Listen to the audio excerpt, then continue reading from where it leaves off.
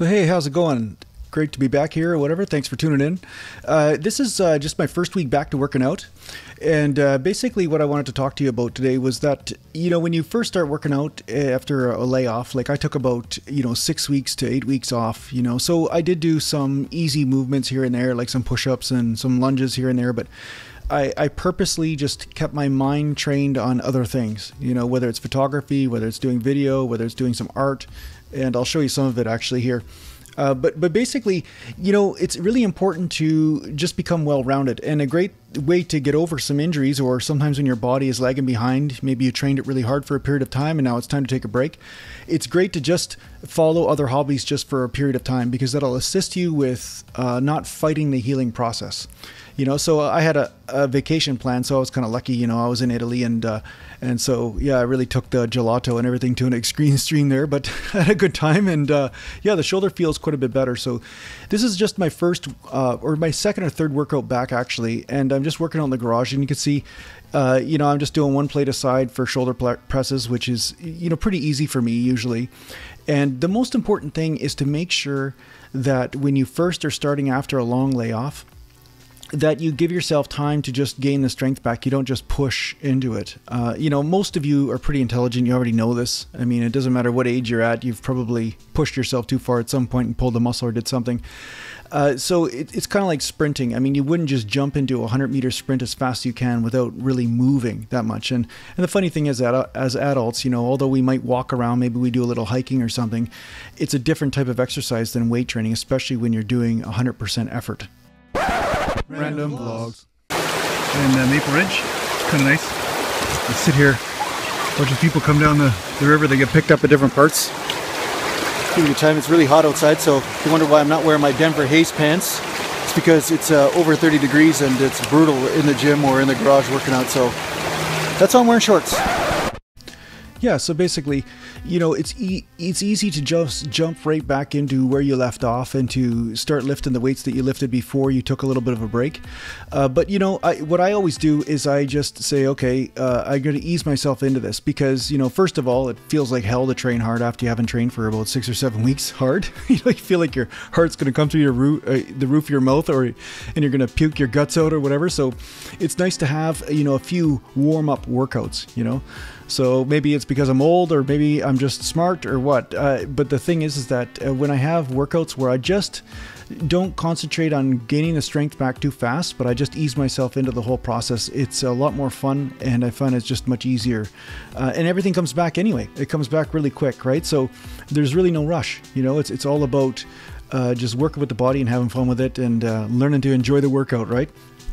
So as you can see, I'm doing a few sets of lateral raises. I did about 4 sets of shoulder press with barbell with 135, and then I went to some lateral raises, and then I went to some rear delts after this, right? And yeah, so it feels really good actually. My left shoulder was giving me a little bit of pain before, but now it's actually feeling pretty good. It doesn't feel like it's jamming, or it doesn't feel like the bicep tendon isn't flared up or anything, so it feels pretty good. Random art. Well, some of the things that you can do when you're injured or when you're taking some time off training is painting or art or writing or any of that kind of stuff. And I'm not much of an artist or anything, but this is something that I just recently painted, and I made it available on t-shirts and merchandise and all that sort of thing. And I have a link down to the store down below. But yeah, I mean, it's a great way to spend your time. It's just by doing something where there's absolutely no expectation. And as you can see, I have no talent, so there's no expectation. So yeah, there's some ideas for you. Now back to our scheduled program. So here I'm going to do, another set of lateral raises here. I did about 3 sets. So, the nice part about doing the small body parts is that they're a lot less demanding, I'll do, when I first get back into training, sometimes I'll do, a couple sets of squats, or, maybe a few sets of back or something. But of course you do lots of sets of arms or lots of sets of chest or something, because it's just much less work, and it's a lot easier on the cardio. And I don't know too many guys that have puked from doing shoulders, but I'm sure it's happened, but I've never had that problem. So you'll see I put a little bit extra effort in my shoulder training here. I think also just part of me is just so happy to be training shoulders after taking such a long break. So here's an idea for a front delt stretch in case you haven't caught it on one of my other videos. You just keep the weight on your feet, ideally, and then you just stretch the front delt out there on the dumbbell rack or machine or whatever it is you have in your gym. So here's one of my favorite variations of rear delt exercise. And don't worry, I'll fix the shot here real quick. But basically this works a lot of the upper back and the trap, which kind of surprised me at first. I mean, I do expect it to work back, you know, and lats and things, but I never expected that my upper traps would get sore from this. So, you know, I think I heard from somebody actually on the comments, they actually said the same thing. They noticed that their traps actually got really sore from this. So it's a really neat exercise to play around with, and I really enjoy it anyway, and it seems to be very functional, you know. It's like a skier type movement or even a swimming type movement. So it's kind of similar to what I was doing in the pool, except for, of course, the strength and torque curves will be different because using weight with gravity and, you know, all that sort of thing just gives you a different type of resistance than the pool.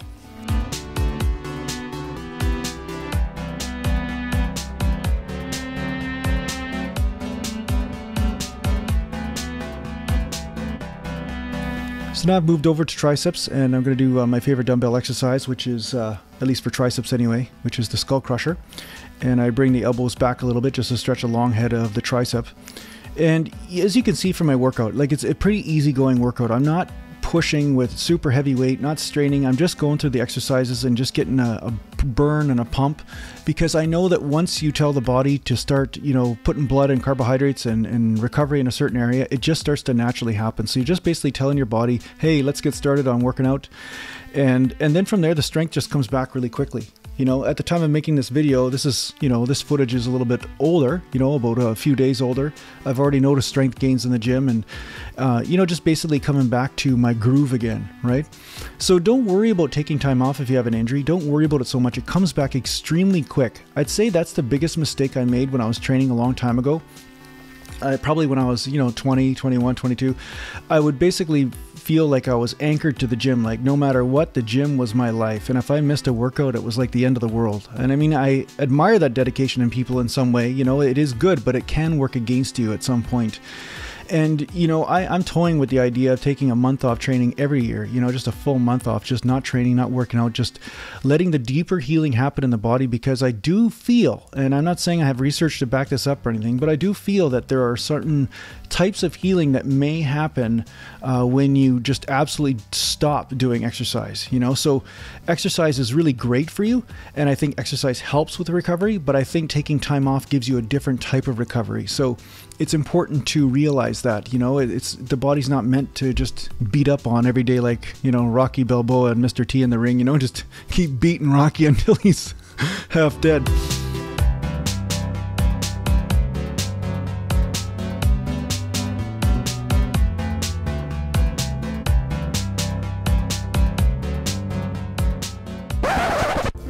For the life of me, I can't figure it out, but this cat that isn't even actually my cat, that was the one wandering around the neighborhood, seems to like Battlestar Galactica. It's all the lights and things flying around, but yeah, just totally holds his attention. It's hilarious. So yeah, here I am doing squats. I'll do 1 plate and then move up just to 2 plates. I mean, I could easily go to 3 plates or more weight if I wished, you know, but it's always great to just start easy, especially when it comes down to working with lower back areas, you know, because you're tight and not moving right. You'll find that your range of motion is off, you know, all these types of things. So it's first and foremost, you want to get your groove down, and then from there start lifting heavier weight or pushing yourself into failure, you know, either or. And so, yeah, this is my first squat workout back, or maybe my second.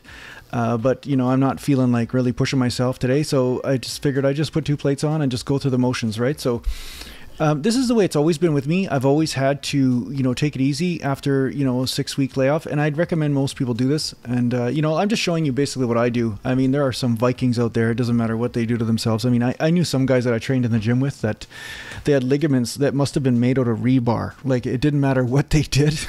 Like, nothing happened. But, you know, they're probably the same guy that died of a stroke or something like that instead, you know, but they don't have any sort of ligament issues, you know.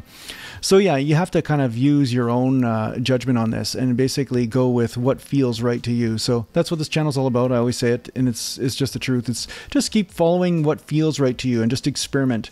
But, you know, treading cautiously into new territory, whether it's weight or a range of motion, is never a bad thing. And yeah, just play it by ear.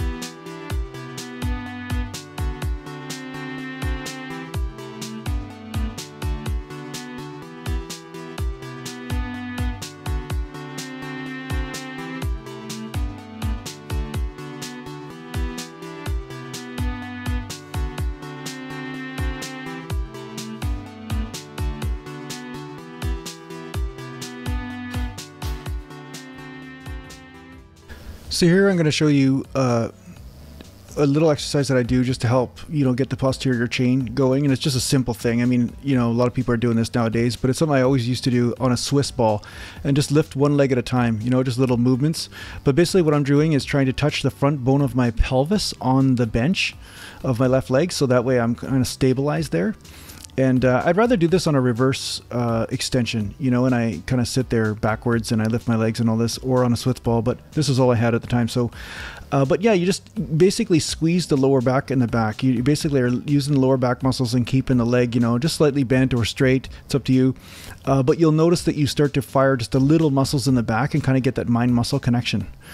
So this is something you can do to really help rehab the back and really help to get the mind-muscle connection, so that way you can maintain that arch or maintain that lordotic curve when you're doing squats or deadlifts or bent over rows.